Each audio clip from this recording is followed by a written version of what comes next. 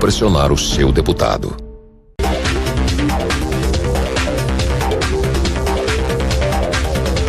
Retomamos nosso Mercado e Ação, agora recebendo Carlos Eduardo Chese. Tu já tem um berço político do teu pai que vem de longa data, né? Sereno Chese é um ícone na política do Estado? Desde o nascimento. O pai e a mãe, o Sereno e a Terezinha, têm longa vida na esfera pública do nosso Estado. O pai, vereador de Porto Alegre, deputado estadual, prefeito da capital. Naquela época, com o golpe militar, foi cassado. A mãe, na sequência, deputada estadual, vereadora da capital. E os dois continuam em plena atividade, ele na presidência da CGTE, que é uma companhia federal, Sim. E ela aposentada do Tribunal de Contas do Estado. Ou seja, uma boa experiência, um bom conhecimento Berço político da vida política do nosso mesmo. Estado. Bom, o Chese também é advogado e coordenador da ouvidoria parlamentar da Assembleia Legislativa.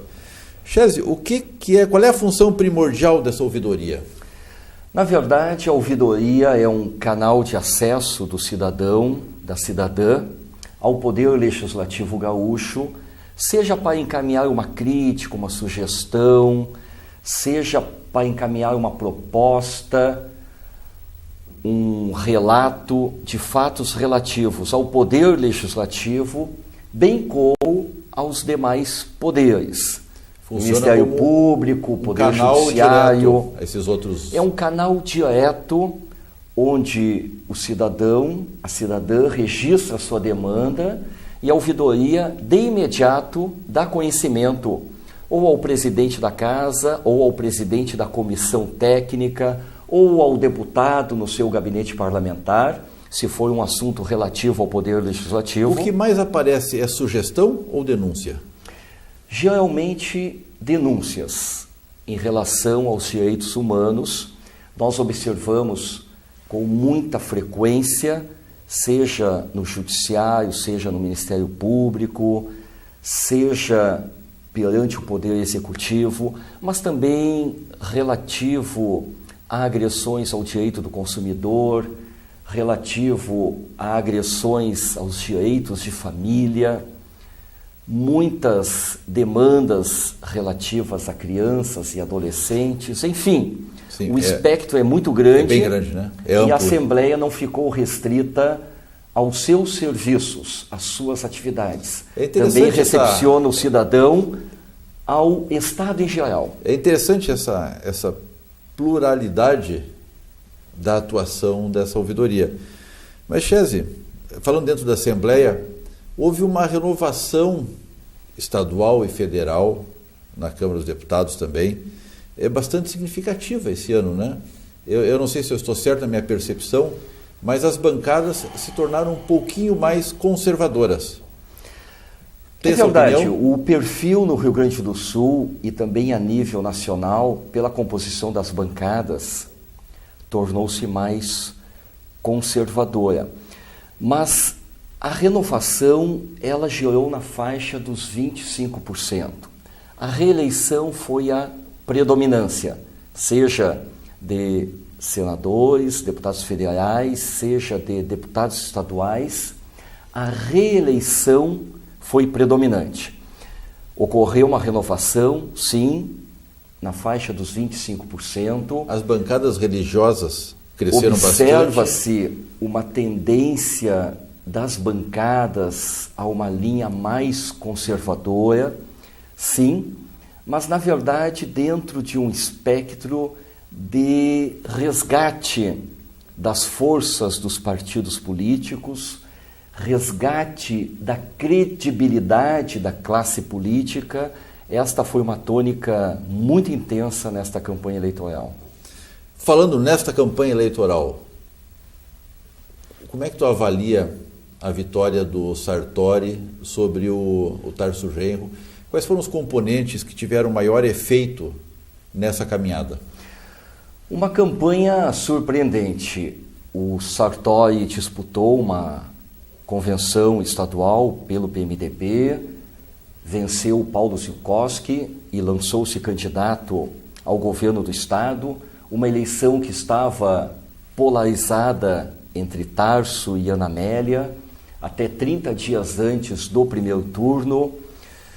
Nós verificamos um embate muito forte do Tarso com a Ana Amélia, uma queda significativa dos dois e a opção da sociedade gaúcha por uma terceira via.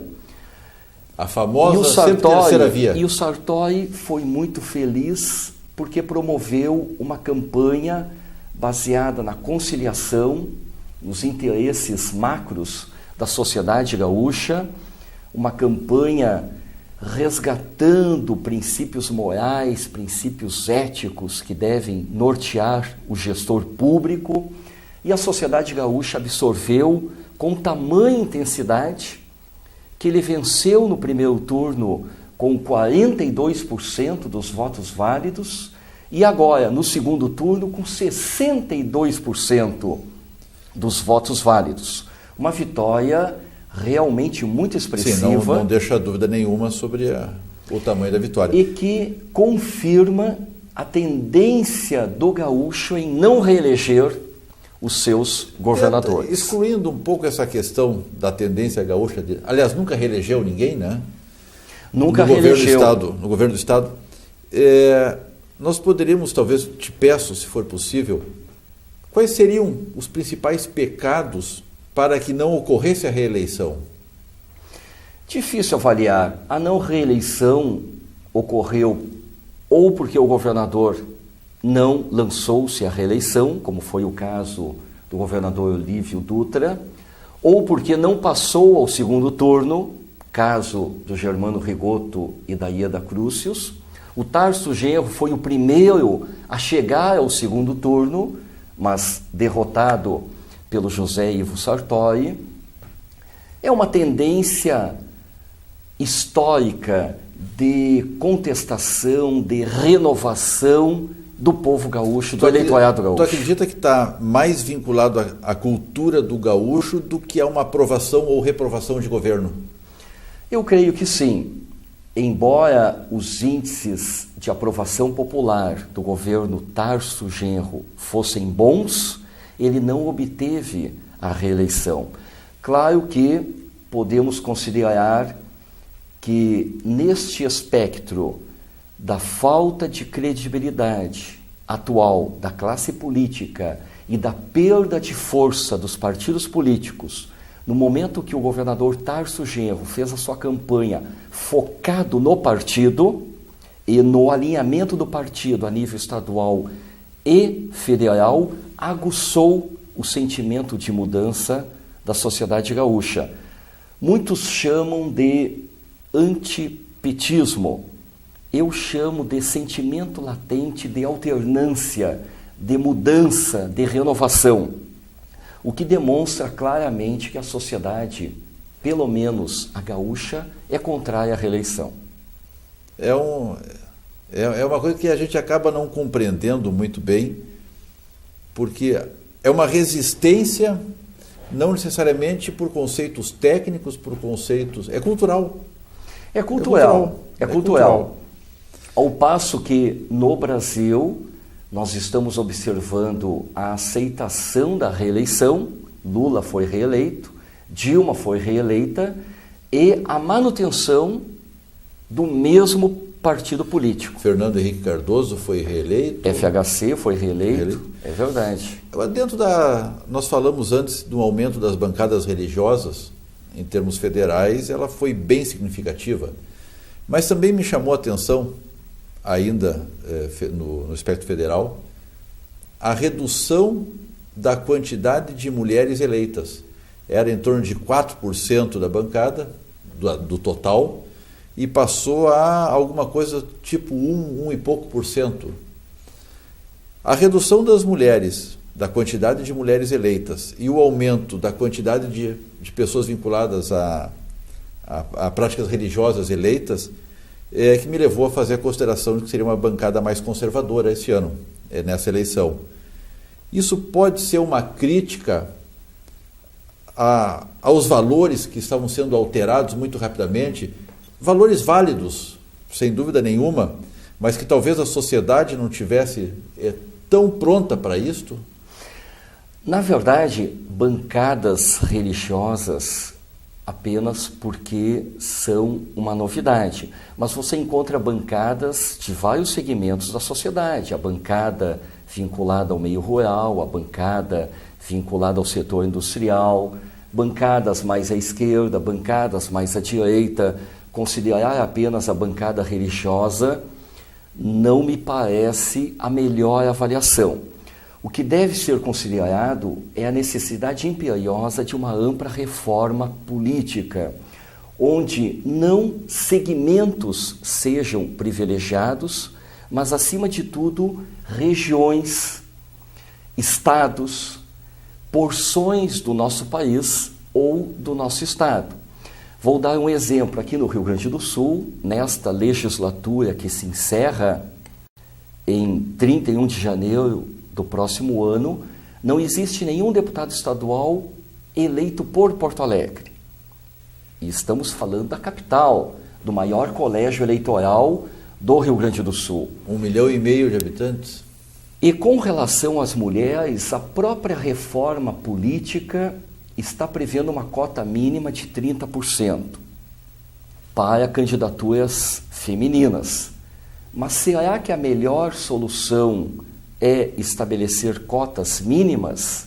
Eu creio que a grande solução é, neste processo de reforma política, nós estabelecermos o voto distrital, porque nós observamos a presença de grandes lideranças femininas em vários municípios, em várias regiões do nosso estado, mas o sistema político atual, o sistema partidário vigente, não permite que essas lideranças participem ativamente do processo político.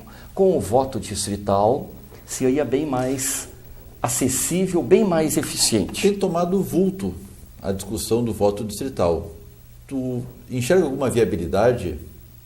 Porque dependeria do Congresso fazer essa reforma, né? Bem, a presidente Dilma colocou como uma das suas prioridades no discurso após o anúncio do resultado oficial, propondo a reforma política ao lado de outras reformas estruturais que o nosso país precisa, como a reforma tributária, como uma reforma do sistema legal de prevenção, combate e punição à corrupção no nosso país. Ela realmente é imprescindível. Mas isto só será alcançado com um grande pacto a nível nacional, como a presidente Dilma colocou e como o governador Sartori colocou, a partir de uma conciliação das forças políticas do país e do Estado. Somente desta forma poderá ser alcançada uma reforma política realmente eficaz.